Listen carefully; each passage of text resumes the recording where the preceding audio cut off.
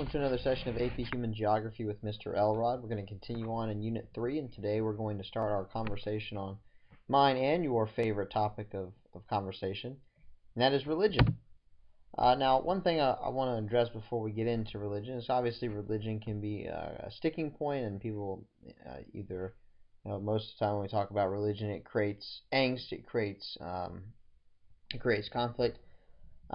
So it's really important that we be respectful of people's religions and their sets of beliefs and things like that. But as I go through different religions, one of the things I want you to remember is that really I'm talking about the generally accepted practices and teachings of each religion, and not necessarily some of the specific things that might be taught within different groups of the religions and the practices. Myself, for instance, I am a Christian. Of the Baptist denomination, and even some of the things that I talk about within Christianity aren't exactly things that we do within the Baptist church. So just so that you're aware, when we start talking about these things, it's kind of a generalized, generally accepted things within in terms of teachings within each religion. Obviously, I don't practice every religion.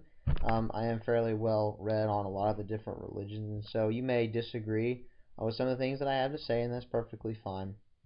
Just so that we understand that, know that going into this particular conversation. So first of all, let's just go ahead and talk about what is religion. Let's kind of give some basic ground rules and definitions. First of all, here's a textbook definition. Religion is a set of beliefs and activities that are created to help humans celebrate and understand their place in the world. So, obviously a couple key terms here. You may disagree or agree with this idea of humans creating something and then to celebrate. And I think this is really the key term here, is to understand. People seeking to understand their place within the world, and where they fit in, and how it is that they got there. And obviously religion answers a lot of the key questions of life. And so some different things that religion does, and people use religion in order to understand some of these things, are number one, are what is right and what is wrong. What are things in this world that are good, and what are bad? How should we behave? How should we not behave? How do we deal with outsiders? Pretty much every religion talks to you about how you treat strangers, how you deal with people who are outside of your group, how you should interact with them. How do you structure society? Who are the most important people within the society? Do you create a theocratic form of society where your religious figure is your head, or do you have a secular society and religious society kind of fits within your secular society, and things along those lines? How do you deal with money? What is the purpose of money? Is the purpose of money to do you go out there and get all that you can and get out of life, or do you use your money for to further the elements of the religion? What is your relationship with money? Things along those lines. And then also, and of course, this kind of gets at the key of religions. It just gives people a purpose in life, and it helps them answer that question: what exactly is it that I'm doing here? What is it I'm supposed to be doing while I'm here on this earth, while I'm working my job or interacting with people? And so this is really what religion answers for a lot of different people around the world, and those who practice religion on a regular basis, or hold to their belief systems very strongly. You'll notice that these are all the things that really it provides for them. And even in people who may not practice religion, they still want to seek to answer these things. They get their answers from maybe some different places. And again, as I was talking about earlier, I think in the unit, even those who aren't, they wouldn't necessarily consider themselves religious. A lot of these ideas come from kind of a religious background, even though they may not accept that. When we look at all religions in our world today, we can break them down into one of two camps. So regardless of religion that you're looking at, you can break them down into one of these two groups. You have what are called universalizing religions and ethnic religions. So if we look at this graphic here, this pie chart, now you'll notice the year is 2005. So the statistics are a little old, but still it represents for us a pretty accurate representation of where some of the numbers are in our world today. But anyway, so you see this. You have the universalizing religions make up the predominant portion of our world's religions today. And we'll talk about what they are, and why it is that makes sense. And then you have kind of a smaller grouping over here of our ethnic religions. Now, some important numbers, not even numbers, but some important facts for you to know is that Christianity is the world's largest religion in terms of it has the largest participants. Within Christianity, the Roman Catholic Church is the largest. And then our fastest growing religion today is going to be the Islamic religion, if you combine both the Sunni and the Shia Muslims. So Islam would be the fastest growing religion. Now, some will, as far as why that's the case, a lot of people like to understand why that's the case. A lot of it has to do with the birth rates in the Islamic countries, where you tend to have higher birth rates, more people being born, and so more people are born into that particular religion, and so they become a part of the Islamic religion, and Islamic families tend to have larger families, and so because of that, you tend to have the fastest growing religion as a result of that. And also, if you think about kind of the stagnation of growth within countries that historically had been Christian, so people are stagnating in their growth. Not only that, you have some pushback against the established Christian religions and Christian groups within, especially European countries, things along those lines.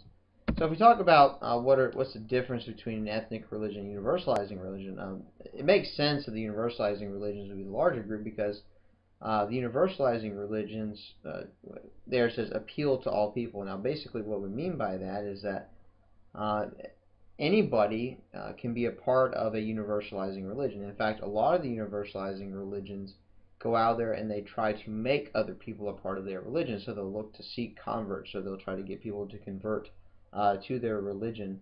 And in some cases, we'll see this when we look at the ethnic religions, there's some sort of ethnic barrier, or typically that's the case. It's an ethnic barrier. Within universalizing religions, there is no ethnic barrier. It doesn't matter what your race is, what your ethnicity is. It doesn't matter what your gender is. The goal of universalizing religions a lot of times is to actually bring people into their religion.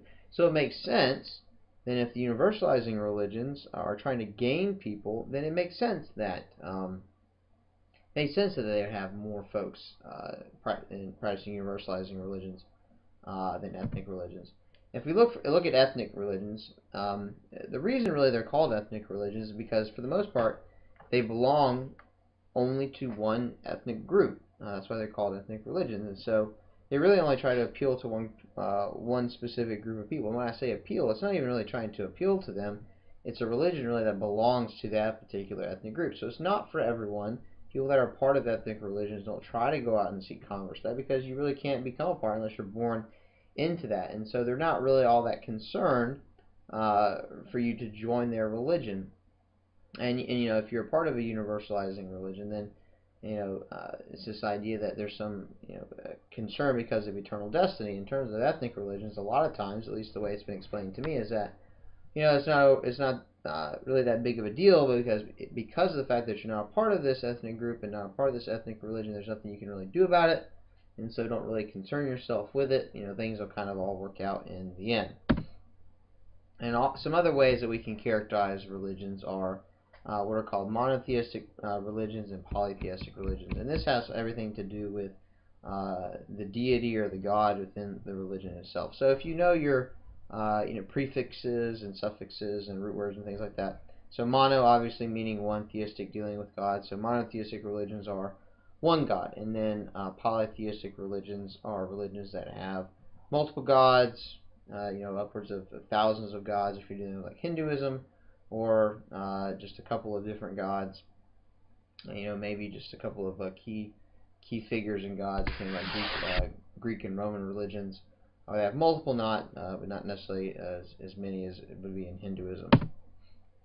So when we look at our world today, obviously, again, it makes sense that universalizing religions would have the largest number in our world today. And when we talk about religions, you can break religions down to what are called branches, denominations, and sects. And so you have the religion itself, and then it gets smaller as you go to branches, denominations, and sects. And so it's very similar to our language section. As we move down, you're going to have fewer and fewer people. But not only that, as you move from branches to denominations to sects, in terms of number of people, you get more specific teachings and more specific stances on particular ideas within the religion. And because of the fact that it gets more specific, that's really the reason why you have fewer and fewer groups of people, because fewer people are able to agree on a lot of those specific teachings that are within that particular group. So I'm going to use Christian examples again because that's what I'm most familiar with, and so if this doesn't necessarily apply to you, then maybe you could try and take it and apply it to your own particular faith.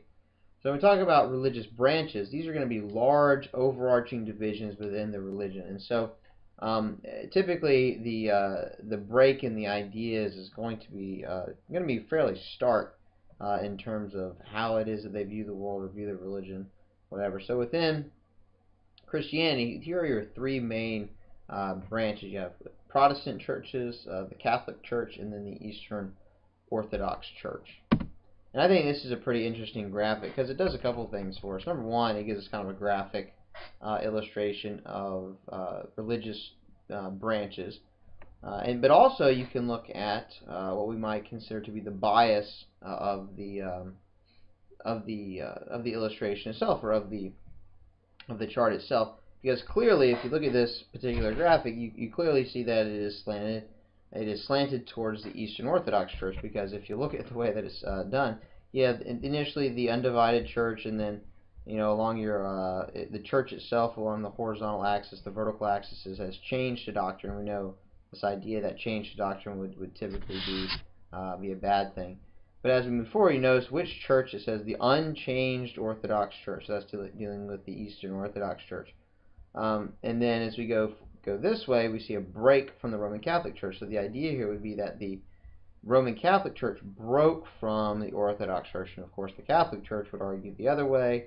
It doesn't really matter right here, but I think it's a good illustration of bias of illustrations and documents, things like that. And then of course the Protestant churches, thousands of denominations. Who knows what in the world they're teaching? Didn't mean to do that. Sorry. Who knows what in the world they're teaching? So Protestants continue to splinter and split into groups, thousands of groups. So anyway, I think this is a good illustration. It shows us the larger branches where they come from, and also it's a good conversation on bias of a document. So again, we move on. Denominations.